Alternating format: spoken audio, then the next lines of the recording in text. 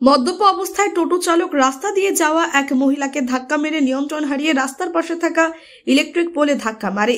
এই ঘটনার জেরে এলাকায় চাঞ্চল্য ছড়ায়। ঘটনাটি ঘটেছে সোমবার দুপুরে কালিয়াগঞ্জের তরঙ্গপুর এলাকায় কালিয়াগঞ্জ দুর্গাপুর রাজ্য সড়কের উপরে। স্থানীয় সূত্রে জানা যায়, এদিন দুপুরে মদ্যপ অবস্থায় টোটো চালক বাবু সাহা টোটো চালিয়ে কালিয়াগঞ্জের দিকে আসছিল। সে সময় নেশাগ্রস্ত হওয়ায় রাস্তার পাশ দিয়ে যাওয়া এক মহিলাকে ধাক্কা মারে। এরপর নিয়ন্ত্রণ হারিয়ে রাস্তার পাশে থাকা ইলেকট্রিক পোলে গিয়ে ধাক্কা মারলে টোটোর কিছুটা অংশ দুমড়ে মুচড়ে যায়।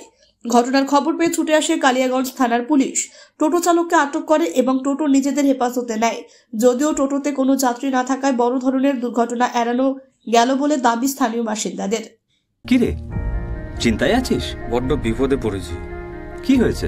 আমার এক নিকট আত্মীয় আগুনে পুড়ে গিয়েছে। চিকিৎসক প্লাস্টিক সার্জনের কাছে রেফার করেছে, তো বাইরে গিয়ে চিকিৎসা চালানোর মতো সামর্থ্য এখন তো হাতের নাগালে প্লাস্টিক সার্জন। তাই কোথায়? রায়গঞ্জের রোজা ক্লিনিকে এখন নিয়মিত রোগী দেখছেন প্লাস্টিক সার্জন। টেন্ডেন ইনজুরি, জন্মগত ক্ষত যেমন ঠোঁট কাটা, মূত্রনালী প্রতিবন্ধকতা, ব্রেস্টের যে কোনো রকম সার্জারি, এভি ফিস্চুলা সহ একাধিক চিকিৎসা যত্ন সহকারে হচ্ছে রোজা ক্লিনিক, উকিলপাড়ায়, রায়গঞ্জ রেল স্টেশনের পাশে।